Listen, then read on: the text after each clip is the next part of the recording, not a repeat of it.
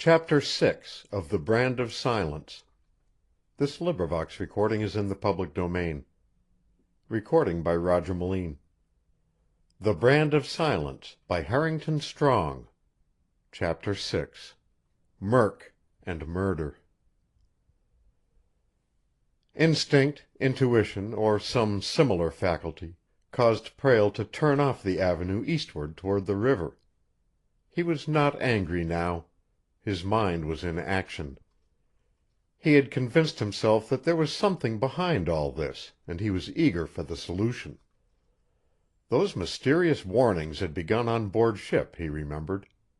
The piece of paper Kate Gilbert had dropped, and which he had picked up, had writing similar to the messages he had received. He would have to engage Jim Farland, he told himself, and learn a few things concerning Miss Kate Gilbert. Had the journey because of ill health been a subterfuge? Had Kate Gilbert gone to Honduras to watch him? If she had, what was the reason for it? "It's enough to make a man a maniac," Prale mused. "And that Shepley man. He was all right when we parted on the ship. Somebody said something to him about me after he landed. He treated me as if I had been a skunk. Then he thought of George Lerton, his cousin. He couldn't quite make up his mind about Lerton. The man seemed frenzied in his eagerness to get Prale to leave New York. And Prale knew that it was not because of an overwhelming love George Lerton had for him, not anxiety lest ill fortune should come to Sidney Prale. He would have to think it out, he told himself. At least he knew that he had foes working against him, and could be on guard continually. Down in Honduras he had won a reputation as a fighter, and a fight was a fight in any clime, he knew. There might be a difference in the rules here and there, but the same qualities decided the winner. He continued walking down the street toward the river. In Honduras he had become accustomed to walking up and down the beach and looking at the water whenever he wanted to think and solve some problem, and it probably was habit that sent him to the water front now. He tossed away the butt of his cigar and did not light another at the moment. For a time he stood looking out at the black water, at the craft plying back and forth, their lights flashing. He stepped upon a little dock and started walking its length. After a time he came near the end of it without having encountered a watchman, and sat down on a box in a dark, secluded corner. There, his back braced against the building and the building shielding him from the cold wind that came up from the distant sea, Sidney Prale sat and tried to think it out. One thing made a comfortable thought. He had money with which to fight. Either he was the victim of some injustice, or a grave mistake was being made.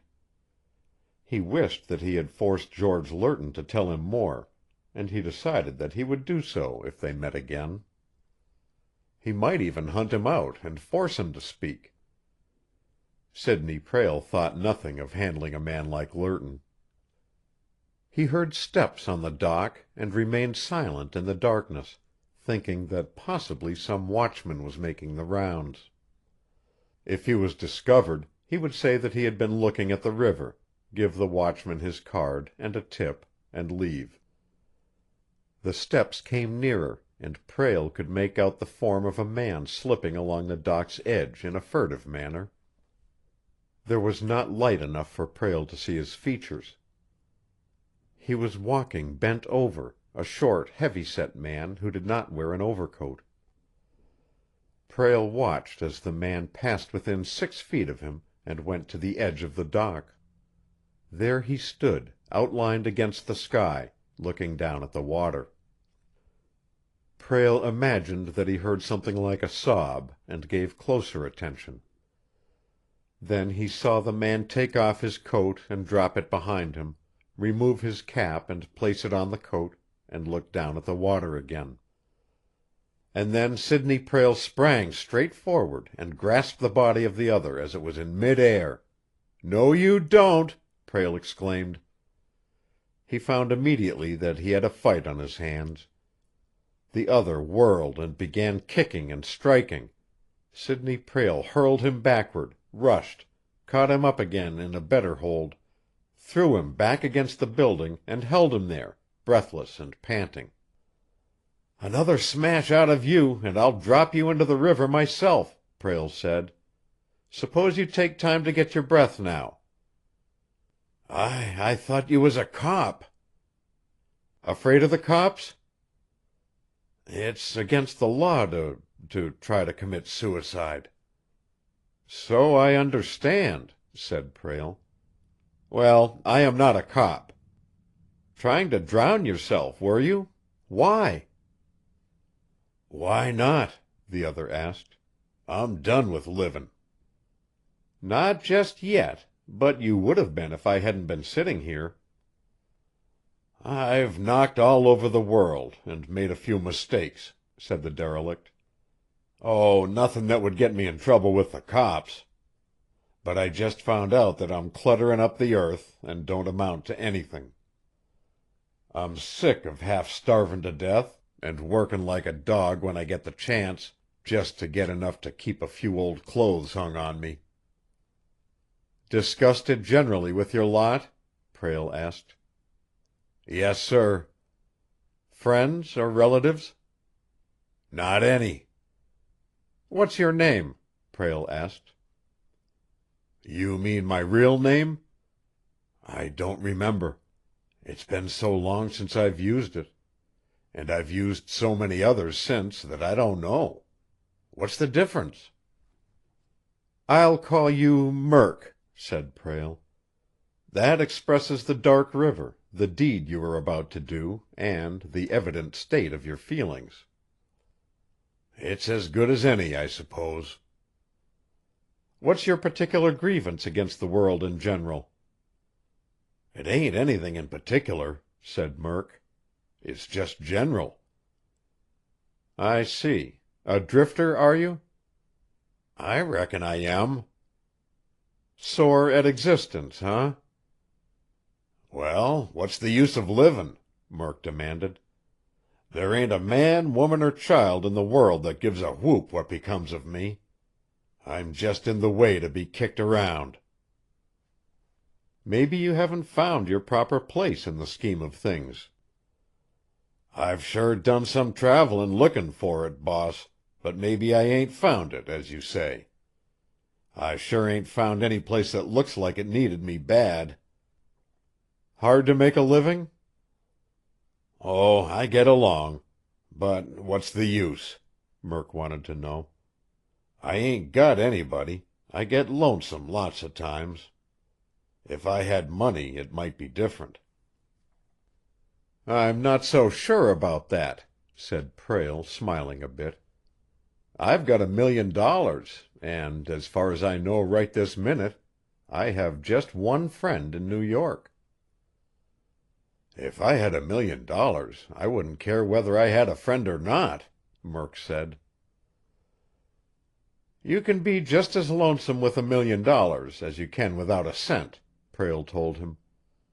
"I was sitting down here because I was lonesome, and because there are some enemies working at me, and I don't know who they are or why they want to trouble me." "Well, let's jump in the drink together," Murk said. "Why not fight it out?" asked Sidney Prale. "Mister, I've been fighting for years, and it don't get me anything. It just tires me out, that's all. The next world can't be any worse than this." "Are you a fighter or a quitter?" "Nobody ever called me a quitter." "But you were trying to be a few minutes ago. You were going to quit like a yellow dog," Prale told him. "You were going to throw up the sponge and give the devil a laugh." "That's between me and the devil. Nobody else would care." "If you had a friend, an influential friend, and didn't have to keep up a continual fight to hold body and soul together, could you manage to face the world a little longer?" "I reckon I could." "How old are you?" 35, said Murk. "Old enough to have some sense. I am 3 years older. I'm almost as lonesome as you are. Why not join forces, Murk?" "Sir?" "If I showed you a corner where you would fit in, would you be loyal? Would you stand by me, help me fight if it was necessary, and all that?" "You just try me, that's all." "Very well, Murk. I'm going to trust you. I told you the truth when I said I had $1,000,000. I have but one friend I can depend on, and I have enemies. I like to fight, Murk, but I like to have a good pal at my back when I do." "That's me, too, sir. But I ain't never had the pal." "You've got one now, Murk. You'd be dead now but for me. So you must be my man. Understand?" "I don't quite getcha." "You're under my orders from now on, Murk. We'll have a nice row, standing back to back, perhaps. I'll take you on as a sort of valet and bodyguard. You'll have good clothes and a home and plenty to eat and a bit of money to spend. I'll expect you to be loyal. If I find that you are not, well, Murk, I got back yesterday from Central America. I got my $1,000,000 down there by fighting for it, and there were times when I had to handle men roughly. I can read men, Murk. Can you imagine what I'd do to a man who double-crossed me?" "I getcha now. You needn't be afraid I'll double-cross you. I don't think this is real." "It's real, Murk, if we strike a bargain. Do we?" "I've got everything to win and nothing to lose, so we do," Murk said. "Fair enough. Now we'll get off this dock. Pick up your cap and coat." Murk picked them up and put them on, and then he followed at Prale's heels until they were on the street and beneath the nearest light. There they stopped and looked each other over. Murk was short, but he was built for strength. Prale could tell at a glance that the man, even poorly nourished as he was, had muscles that could be depended on. Prale liked the look around Murk's eyes, too. Murk was a dog man, the sort that proves faithful to the end if treated right. "Well, how do you like me?" Prale asked. "You look good to me, sir." "My name is Sidney Prale." "Yes, Mr. Prale." "You understand our little deal thoroughly?" "Yes, sir." "Come along, then. Here's a cigar. Light up." Murk lighted the cigar, and Prale lighted another, and they went rapidly up the street to Fifth Avenue. Prale signaled a passing taxicab, and they got in. When the cab stopped, it was in a district where some cheap clothing stores remain open until almost midnight. Half an hour later they emerged again. Murk was dressed in a suit which was somber in tone, and which was not at all a bad fit. He was dressed in new clothing from the skin out. Prale took him to a barber shop and waited until the barber gave Murk a haircut and a shave. "Gosh," Murk said, when he looked at himself in the glass, "this can't be me." "It is, however," Prale assured him. "Now we'll go home, Murk, and get settled." "Where is home?" Prale named the hotel. "I'd get thrown out on my bean if I ever stuck my nose in the kitchen door," Murk said. "You're not going into the kitchen, Murk. You're going to be registered as my valet and bodyguard, and you're going up in the elevator with me. Kindly remember, Murk, that you are the personal servant of Mr. Sidney Prale." "Yes, sir." "And your boss has $1,000,000, and nobody knows how many secret enemies. Those things give you a standing, Murk. When we are alone, of course, you'll be a sort of pal. I never had a valet before, and I couldn't stand a regular one. Instead of being a valet, when we are alone, I want you to be a regular fellow." "I get you, Mr. Prale." "Off we go, then." They arrived at the hotel, and Prale registered Murk as his valet and took him up to the suite. "You bunk in there, Murk," Prale said, pointing to another room. "Take a bath and go to bed and get some rest. If you are inclined to throw me down, you'll find some money and jewelry in the top drawer of the dresser. Rob me and sneak out during the night if you want to. Cut my throat if it's necessary." "You needn't be afraid, sir. You can trust me." "I do," said Sidney Prale. Prale slept well that night. When he awoke in the morning, Murk was dressed and sitting by the window. He drew Prale's bath without being told, and then stood around as if waiting to be of service. I found this slipped under your door, sir," he said after a time. "What is it, Murk?" "A piece of paper with writing on it, sir." "More news from the enemy, I suppose. What does it say?" "It says as how a man's sin always finds him out." "That's interesting, isn't it? Do you think I am a sinner of some sort, Murk?" "I don't care if you are, sir." "Murk! You needn't get excited about it. Put the paper in the lower drawer of the dresser. I'm making a collection of them," Prale said. He went back into the other room and continued dressing. "Go to the telephone and order breakfast served to us here, Murk," he directed. "What shall I order, sir?" "Order plenty of whatever you like, and tell them to make it double," said Prale. Murk grinned and gave a proper order. Prale was dressed by the time the breakfast was served. He and Murk made a hearty meal. And then Prale lighted his morning cigar and began reading the newspapers. Murk went around the suite, straightening things and trying to be of service.